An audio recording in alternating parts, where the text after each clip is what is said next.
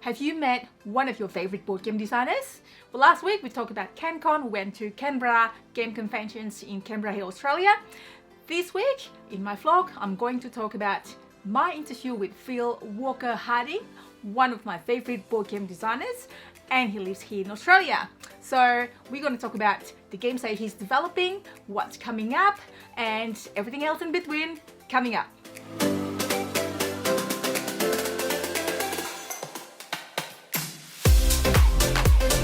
Hi everyone, it's Stella here from Meeple University. Our passion here is to bring you a variety of quality board game videos on YouTube. So if you're new here, I'm glad that you find us. Please consider subscribing to our channel and hit the bell button so you get notification of our new videos. So questions of the week. Have you met your favorite board game designers? If you have, please write in the comment sections below and what you ask, or if you haven't, write down in the comment sections below who you would like to meet and what questions you'd like to ask them. So in our last week's vlog, we talked about CanCon. I'll put the link in the descriptions in the corner there. We were lucky enough that we met Phil Walker-Harding, one of our favorite board game designers here in Australia. He has designed around 15, I think, or so board games. Some of them are Cacao, Imhotep, BarenPark, and Sushi Go Party. So let's check out my interview with Phil Walker-Harding. Hi, I'm here with Phil Walker-Harding. How are you, Phil? I'm great. Good to be here. Yeah, well, thank you so much for joining us today. No We're problem. here at CanCon, at Game Convention. So what have you got planned for today? Well, I'm pretty much here just to play games. Oh, wow. So sometimes when I go to conventions, I've got things to do, Yep.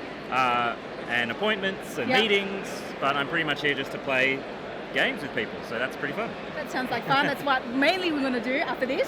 Cool. So we're here to talk about a few things, like talk about you, your games. I've got a list of questions here that, well, your fans want to ask you. Okay. But first, let's talk about your new game, which is Adventure Game. Yeah, Adventure Games. So this has just been announced from Gizmos in Yep. Germany, and it's the beginning of a series. Yep. And I co-designed it with Matthew Dunstan, who's Yep. another Australian designer Yep. who lives over in the UK. Yep. And we wanted to kind of capture the spirit of those old point-and-click adventure games you used to love play it. on your computer. I love it. Like starting with King's Quest. Yeah. So I played those growing up, but also choose your own adventure books Yep. and other game books like that. We kind of wanted to capture that feel. Yeah, love it. So they're like cooperative games Yep. that you play through once Yep. and then you're done. So they're like a one-off adventure, Yep. and they're very narrative-driven. Okay. So it's almost like playing through a book. Yep. And there's different paths you can take and different endings and different stories that Yep. can unfold as you play. Yep. And so we're pretty excited about it. It'll be really interesting to see how people respond. Yep. So they come in little boxes, like the Yep. exit size Exits, box. Yeah. Do you have So- to destroy the components? No, they're Okay, very completely good. not destructive. That's good. So, but yeah, so we're pretty excited about it. Yep. And the system we came up with is really simple, really streamlined. Yep. It feels just like a very simple cooperative game. Yep. But we've managed to find a way to get a lot of narrative into the gameplay. That's awesome. Yep. So yeah, hopefully people enjoy them. Yep. So they're coming out in May in Yep. Germany. Yep. And there will probably be a few more months till they make it over here. And we're launching with 2 titles. Yep. One's called The Dungeon, Yep. where you just wake up in a medieval dungeon Yeah. and you have no idea why you're there and you've got to try and escape. And one is called Monochrome Incorporated, Yep. and you're like kind of criminals trying to infiltrate a massive corporation. So yeah, so they're kind of the 2 plots we started with. But if they go well, we've got heaps more ideas for new titles in the series. And that's completely independent from one game to another. Yeah, each game's Yep. completely its own kind of scenario. Yep. Each one will have slightly different rules and different things going on, but the same core system. It's like an escape room in a box. In a way. Yeah, it's similar to an Choose escape your own room, but adventure as well. yeah, instead of kind Narrative. of focusing on the puzzles, it's focusing on the story. The story. Yeah. It sounds really good, so I can't wait for it to come out. So with the questions. So about you first, so how long have you been designing tabletop games? Whoa. Well, even when I was very little, I used to design games Yep. just for fun. So me and my brother and my cousin used to get together and we would play board games, but then we'd make our own, just silly little things with pencil and paper. Yeah. So I guess it's always been something I've done, thought about. But I suppose as like an adult, took it seriously. About 2007 Okay, yeah. was when it kind of became my hobby again. Yeah, And I just started doing it for fun. And then I started self-publishing as well that year. So Okay. Archaeology was my first self-published game. So I guess that's 11, 12 years now. So Oh, wow. it's been a while. Do you feel like it? It doesn't Probably really, not. no. Because you're having fun, I guess. Yeah, it doesn't feel like work. It just feels like, No. my hobby. So I guess that's what like we do as well. We're in the media space. It doesn't feel like work at all. Like now, in the few years, it's not work. It's fun. I'm so excited. Like today, like, oh my God, like driving all the way from Melbourne. Yeah. Yeah, flying from Sydney. Yeah, it's a really fun hobby. So Yeah, it doesn't feel like that long to me. very good. So you pretty much answered my second question: why did you start designing? If you like it. I think I've always, any kind of creative thing I get into, I've always wanted to make stuff in that space. Yeah. So I guess when I started playing modern board games, I just naturally went, I'd love to try and make one. It just kind of is quite a natural thing for me. So, and because I just love playing them, I naturally wanted to have a go at designing them. So it just kind of came out of that. And the more I do it, the more I find it just like a really fulfilling, rewarding, creative pursuit. Absolutely. Yeah. It's just so different when you really like it. You won't get burnt out. If you're doing something. Yeah, I hope I don't get burnt out. So how many games have you got so far now? Designed so far, I should say. Well, it depends how you count things like expansions and stuff like that. Yeah, chuck them on. But I think I'm up around 15 now. 15? Yeah. Wow. So getting up there. So with following that question, and we asked about adventure games, is there any games that you're actually currently designing? Right now? Right now. I'm working on a bunch of stuff. Yeah, of course. So what can I talk about? Well, I'm always trying. There's a few types of games that I have always wanted to design that I'm always dabbling in. Yeah. And one of those is like social deduction. I love social deduction games and I'd love to make one. So at the moment I'm working on one which is all about having secret alliances with people around the table. And it's really hard to get those sort of games to work. And they're sort of a bit harder to test because you need usually bigger groups and lots of different groups. So that's something I'm working on. And I'm always dabbling with new things to do with Sushi Go. Yeah, well, we got Sushi Go Party as well. Oh yeah, you did? Yes. So I have a big spreadsheet of new ideas for Sushi Go cards. So I'm always thinking, I'm not sure if anything will definitely come out, but that's something I'm always dabbling in as well. So they're probably the two things I'm thinking about at the moment. But I have a big notebook of ideas that I'm always working on and working through. And you never know when one of them will just suddenly start clicking and this is it, this is the next thing. And sometimes you have ideas where oh my God, I've got this idea for this game, just work more into that. Yeah, that's right. You kind of have to ride the wave when you get a bit of inspiration or you get a bit of flow. You just kind of got to, okay, let's work on this game solidly for a while, see what happens. And sometimes they die off, but sometimes they become something. So it's kind of tips as well for those game designers. A lot of our friends are game designers. And that's kind of the inspiration. How do you get yourself? So you're listening to music or? For me, getting inspiration for game design often comes from playing games or reading reviews of games, just thinking about games. Because often what will happen for me is if I'm playing a game and I don't like it or it's not going well, often I'll go what would make this work? Or what's the good thing about this you can take away that I can take out and look at and think, why does this work well? Or why does this not work well? And so often for me, it's bouncing off other ideas. So that's why I just love playing the new games that are out, because so often I'll see an element that does or doesn't work and I'll go, oh, well, what if this was different or this was changed or we took this and put this over here in this system? That's often how it happens for me. Your brain's basically just thinking automatically, playing a game this goes there, that goes there. Yeah, that's right.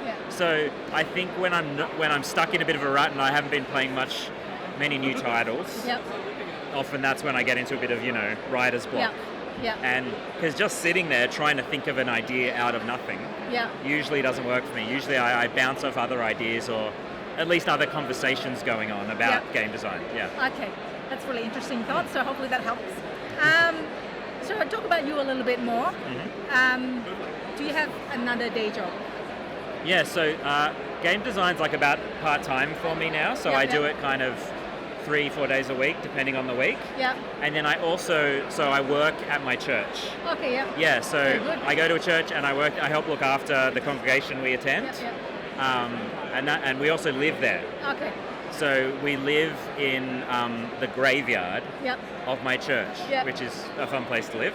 So there's like a really old, the graveyard keeper's cottage. That is literally graveyard. Yeah, so 2 days a week I look after and help work at my church. Okay, Yeah.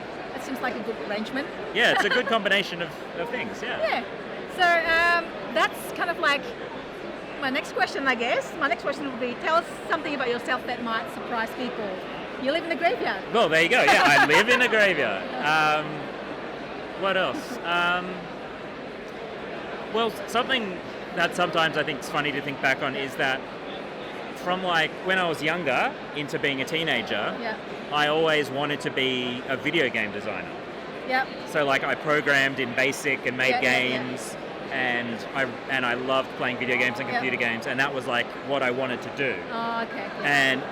But then that kind of just, for whatever reason, completely just changed. Yeah. And then that, I think, and part of getting back into gaming, I think, was rediscovering how much I valued social interaction with games, and I didn't want to just be alone on my computer playing. I wanted to be with people.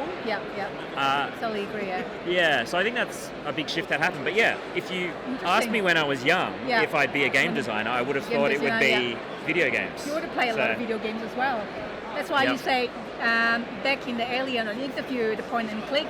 Yeah, that's right. Max and something Journey. I think I played a lot of those adventure games back in the day. Worst thing about King Crash is that you can't save it. Like, oh my god, when you're dead. I know, it's funny when I play digital games now, I'm still shocked by the fact that you can save. Yes. Because like in the 80s it was like, I'm dead. Start again. That's it. Like that's just what games were. But anyway. Yeah, absolutely. So that's really good to know. Now, we're going to talk, ask a little bit about your gaming tastes. Okay. I know you design a lot of things. Does that mean you like the mechanics? Is there any favorite mechanics or least favorite mechanics? Interesting. But there's no such thing as that. No, I think the games I've designed are definitely around the mechanisms I enjoy. Yeah. And that's often what led me to designing in that space. So tile laying for Cacao, so I love Carcassonne and other tile laying games. Card drafting for Sushi Go.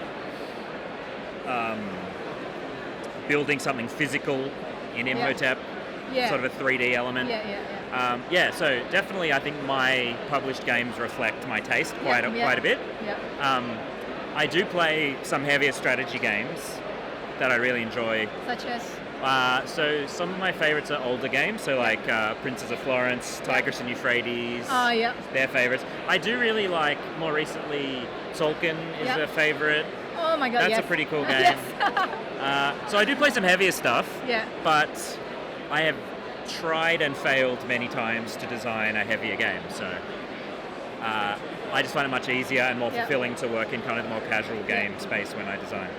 It's just like sort of like different style, I guess, like a heavier game. Like Teotihuacan as well. If you play Tolkien, then I really want to try Teotihuacan. Oh yeah, we've got it as well. Okay, so, I really want to try it out. So we play that as well. Yeah, it's really good. So it's certainly the same sort of area. So that means, is there any your favorite games that you can't seem to get on the table? Of mine, like games that I can't get to play. I would say that with the people I usually game with, they're usually more casual gamers, and that's why my designs tend that way. So actually, I would say that it is usually the more complex stuff that I find harder to get to the table. Just because usually I'm playing with people who want to play simpler and shorter games, and so I'm not going to exactly drop Tolkien on the table. So I'd say probably that. One of those I also have a first edition copy of Civilization on my shelf that I've had for years and never been able to organise, a day to get 7 people together to play. So, but that's something I'd love to do one day. Just have a civilization day. Yeah, it's like, I assume you play the computer games as well? Oh, yeah. I think I played the very first one. When was that? Was that early 80s? I might have made one of those when I was really little. Yeah. Anyway. It's really good, yeah. I'm a big computer games as well. Now I'm a big board games. I can see what you mean as well. It's kind of like more solo rather than, with people. Yep. I actually met Tarrant on one of the meetups in board games as well. Oh, that's... here behind the camera. So, now back to you as designer. Your thought about Kickstarter versus non-Kickstarter launch? This is, I know. Good question. Well, I used, when I was self-publishing, I used crowdfunding a little bit. So the first edition of Sushi Go was crowdfunded, my first self-published version. And I found it when you're self-publishing and you're very small, being able to secure money up front is so helpful because it takes away all the risk, or some of the risk, of being a small publisher. So I think that's been a great thing, and seeing some of the innovation of smaller publishers or new publishers using Kickstarter and just saying, I've got this crazy idea, a traditional publisher might not have ever gone for it, but I'm just going to put it up on Kickstarter. I think that's really great. But it feels to me like there's quite a different number of ways publishers use Kickstarter. That's one of them. Other people use it essentially as a pre-order system. Other people use it as a way to do one big campaign and then never sell it anywhere else.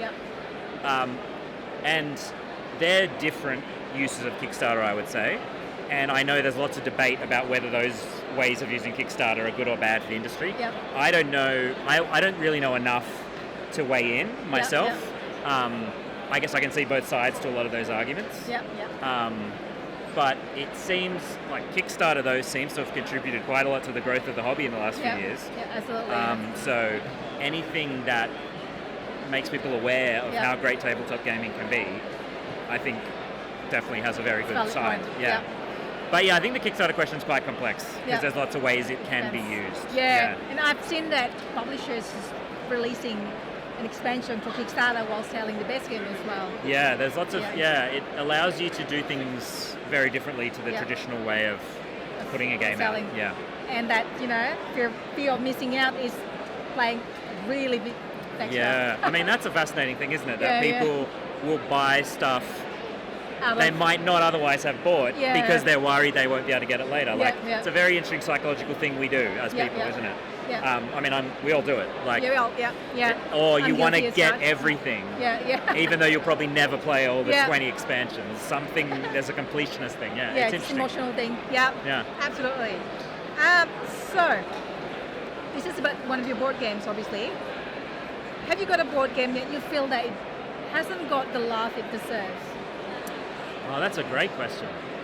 Okay. One is a little card game I did called Yummy World, which Yummy World is a line of cute food toys in America, plushies and key rings and stuff.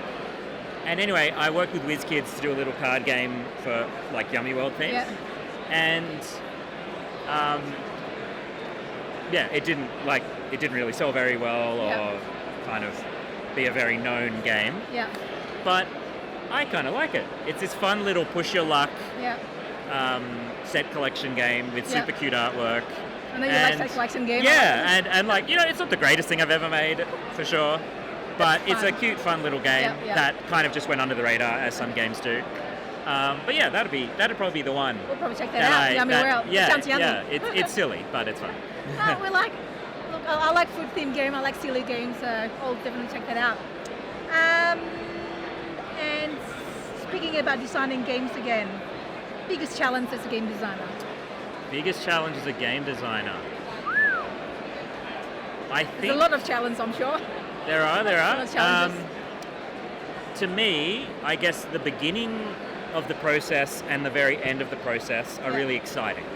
So when you first get an idea for a game and it's working well, that's really exciting. And you kind of run on adrenaline as you work through it because it's this new project. Yeah. And then finishing up a design, especially once there's a publisher involved, that can be really exciting because you know it's going to come out soon. But yeah, there's somewhere in the middle where you're just churning through tests and trying to get it to work, and it really just feels like work, you know, and you've just got to repeat and repeat and change and repeat. That process is where you can get stuck. And I think a lot of new designers, when they first hit that hump, that's when they might stop designing, because that's just the hardest part, the kind of repetitive fine-tuning of a design. So for me, it's finding ways to get through that period, not get discouraged during that period, and keep focused on what I hope the game can be at the end. It's very good tips for fellow designers as well. Yeah, I mean, what I try to do for myself in that period is I find that if I have multiple games stuck in that same period, being able to jump between them helps keep my brain operating. Yep. I feel like if you just are doing one game and you get stuck, it can be paralyzing. But if you can jump to another design, and then when that gets stuck, jump to another design, when that gets stuck, you go back to the first one, and then, I've got an idea for it now. Yes, So that's how I try to manage it. But that's hard too, because you got to keep changing your mindset. But that's sort of my strategy. That sounds like a very logical and simple, effective strategy for 15 games. Yeah. That's good to know. Thanks for sharing that. So back around designing, then that would be the advice. You pretty much gave us some advice that you like to share about designing games. We just keep persisting in that hard period of playtesting. Yeah. I think that'd be my biggest piece of advice. Also, I often say to new designers, like, to start small. Like, often when you get an idea for a game and it's your first game, often you have this big, huge vision for something really cool you want to do.